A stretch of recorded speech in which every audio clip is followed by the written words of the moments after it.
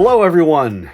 Welcome to FANzine Live. This is Tom, and we are going through the new releases. And these are perhaps the most unique new releases you will ever see because they are single original comics, not reproduced as far as I know, not cataloged as far as I know, but they are by Steve Willis, the legendary creator of Morty the Dog, but also currently creating a series called Cranium Frenzy, which I'm sure I'll get to at some point. He unloaded a stack of Cranium Frenzies on me, and I've just been pouring through them. So I thought what I would do instead of doing his zine is share with you this part of his work, which is Morty Comix. And what he does is he creates a single panel comic on whatever he has sitting around. He puts a number on it, signs and dates it, and then he sends them off. And so here's the first one. Sure, the first one. Morty Comix 9181. 9,181. I'm not kidding. He's almost done 10,000 of these. Alistair suddenly and mysteriously became fluent in Serbo-Croatian, forgetting how to speak in English. Did that back in August 8th. Morty Comix, 9281. So we're 100 later. He did this one on the 18th. So he did 100 of these in 10 days. Time had to exist before the Big Bang, so I am slowly getting your drift. Cute. Big Bang, of course, being the drifting of the universe after the creation. Nice. Morty Comix 9231. So this was in between on the 13th of August when Cecil heard the surgeon and nurses laughing hysterically after opening him up. He grew a tad concerned. I love the eyes being wide open. Oh, Steve, you're a funny guy. Okay, so what we have here, though, I mean, these are original. These are, I can't really portray them as well as I wish I could. This is original ink artwork. These, it's the real deal. Steve just does these and then he sends them out. But remember how I said he does them on anything he can find? He did this one on a fancy feast box that he chopped up. He did this one on some fortune cookies that he apparently had. And then, of course, we've all got to have our Apple Jacks piece as well. So, I mean, he just does these for giggles and for fun. I mean, he's an incredible humor cartoonist. And I think he's just wonderful. So, as I have learned from Steve, he does not like to accept payment. He's not online. He doesn't accept payment, but what he does is he accepts trades. And so if you have zines that you want to trade with him, you send them to him. He sends you some of his zines back. He sent me a very nice letter as well, because of course we have a lot of common references, especially from our time back in the 80s, as well as those who've continued on today. And then if you're lucky, you get yourself some Morty Comix. Everybody, of course, is jockeying to make sure that they're the person who gets Morty Comix 10,000, because that's got to be just an incredible edition. Morty Comix, Steve Willis, master cartoonist. A lot of fun. Thank you again for watching FANzine Live, the classic zines, the new releases from a classic artist. And I will catch you later. You may remember a little while back that I reviewed James Windsor Smith's Papa Balloon and Cactus, and wonderful book. And he appreciated my review and overview, and he gave me the other 4 issues of this book. And so they are nice looking zines. James has a wonderful style. Still loves his white space and black space around the edges. But very nice looking stuff.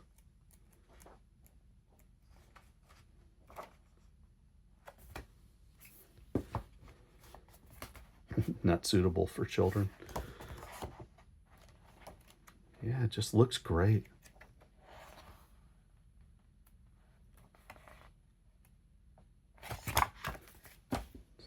I'm not seeing numbers on these.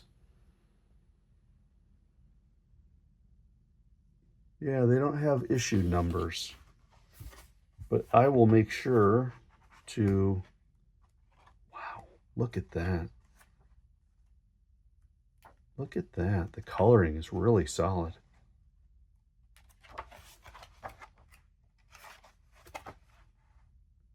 Nice looking zine.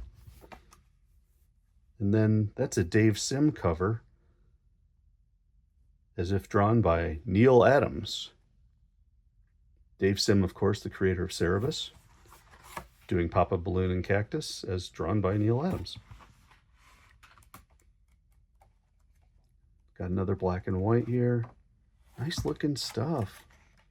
Little of this, little of that. Growing Up Trimpy by Amelia Trimpy. Well, that's cool. Talking about Herb Trimpy. Some family photos. Good stuff. Anyway, I will make sure that this information also is in the show notes. Very impressive. Thank you, James.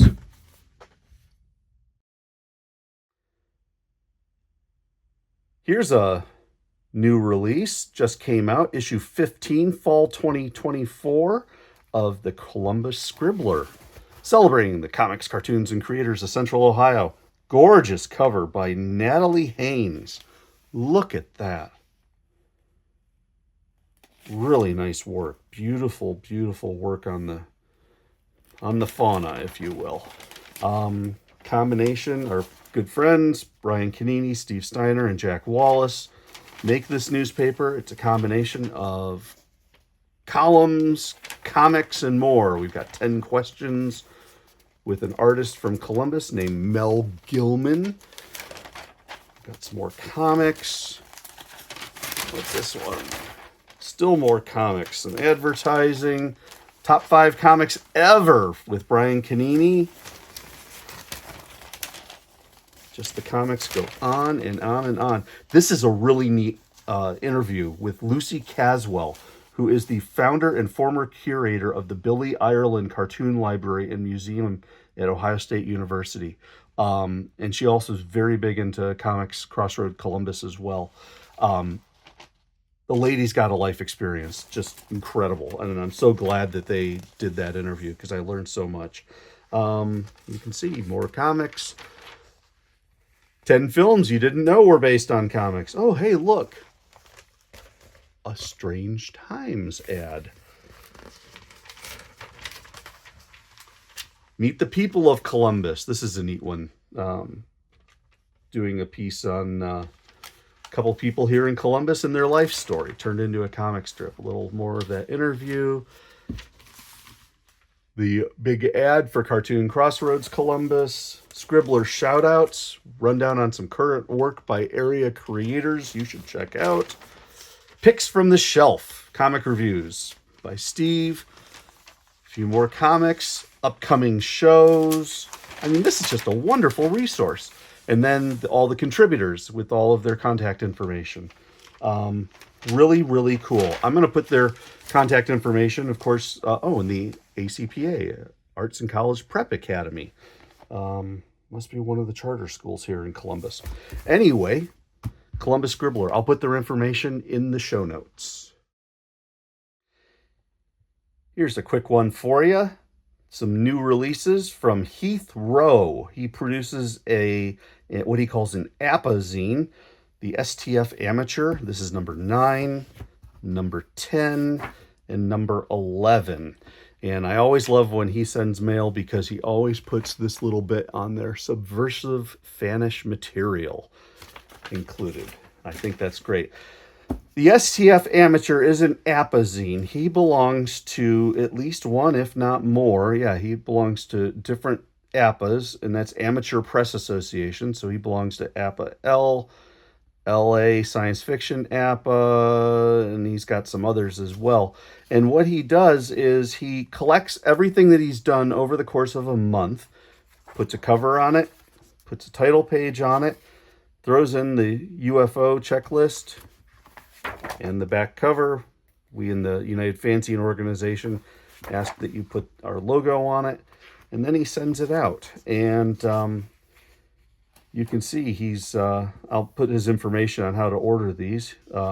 Prepared for members of the UFO and select others, available via FANzines and the Fan History Project as well. So he's got all sorts of stuff. And what he does is he basically just puts in, he has mail, he asks for submissions, and then here's a great example of a piece that he did.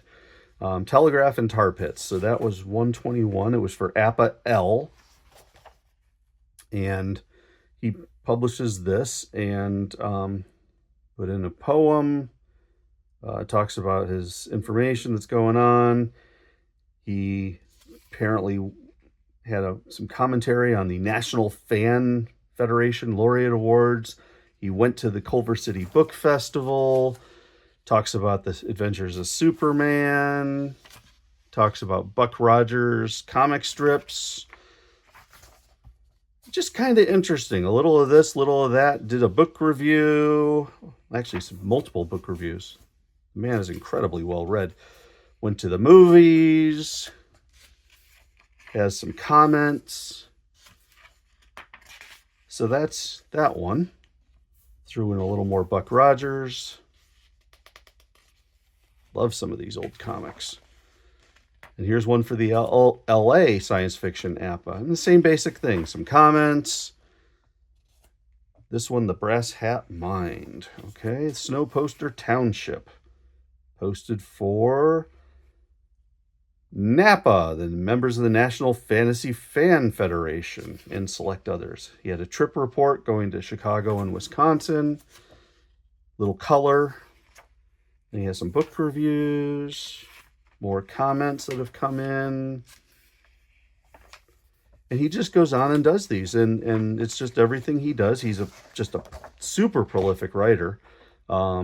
Very well read, very well viewed with all of his movie reviews and the like. And he does this every month.